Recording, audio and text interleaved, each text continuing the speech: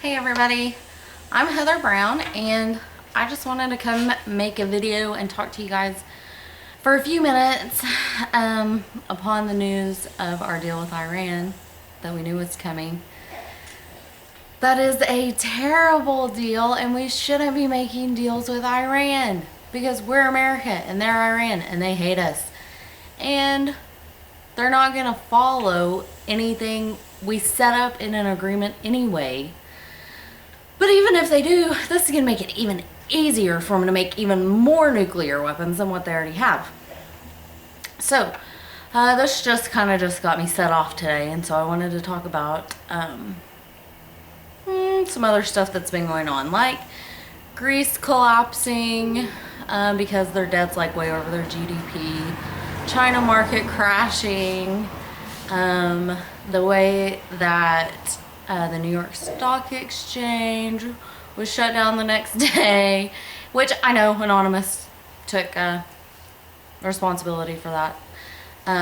You know, planes were not taking off. And I'm not saying all of this is related or none of it is related or anything about that. I'm really not like a crazy conspiracy theorist person. I'm just saying with all this stuff coming up recently, it kind of makes you start thinking. And especially with the deal we've been having going on with the Confederate flag and the Supreme Court ruling on gay marriage, which I am not here to talk about. You're welcome. But what I am here to talk about is how clearly, no matter what you think about any of that stuff, is we are a nation divided. And that it always leads to a volatile situation. So, in light of all these crazy things going on around the world, I thought somebody needs to remind everybody to be prepared. Now, I'm not like a prepper person. This is nothing like doomsday prepping, okay? All I'm talking about is everybody needs to be ready for the very real possibility that maybe the electrical grid is down for a few days, or maybe they can't get money out of the bank for a few days, or maybe you can't get anything from the store for a few days. All I'm saying is be ready for a few days so that if something crazy happens, and it could be anything, it could be anything. It could be a natural disaster. All I'm saying is, when a disaster happens, don't be part of the problem up in the middle of the city trying to buy everything off the shelves and causing traffic jams and people are freaking out.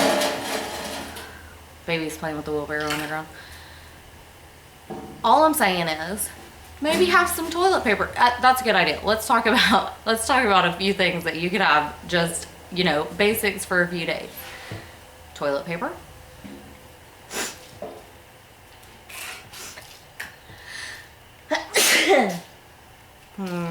So professional. Okay, toilet paper. So you can blow your nose when you sneeze. Lighters. Because you don't know if you're going to need to start a fire with something. Water. Food. You know, I mean, whatever kind of normal food you keep that doesn't have to be refrigerated, maybe. Like beans, peanut butter, you know, granola bars. These types of things. Canned goods. I probably have a can opener too. If you have a baby like me, probably should keep some extra diapers and formula if you need formula, because it's just a good idea.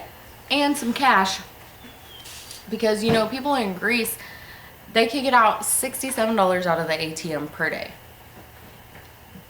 So what do you think is going to happen if everybody's panicking and rushing and trying to get gasoline? Well, there's another thing. Have enough gasoline for your car.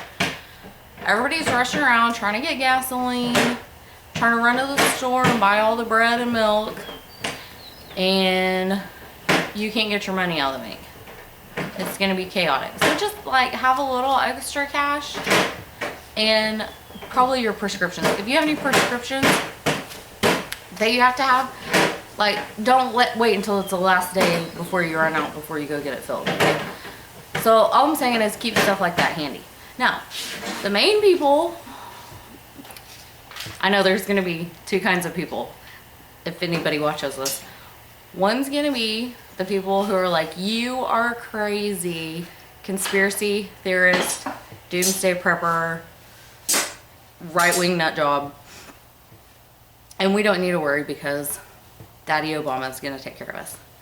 And then the other people are like, I got my guns, I got plenty of bullets, I've been stocking up since 2007, and ain't nobody gonna take it.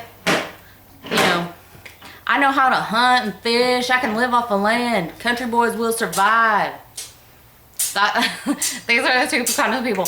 And let me tell you, I love rednecks. I am a redneck. Rednecks are my favorite kind of people.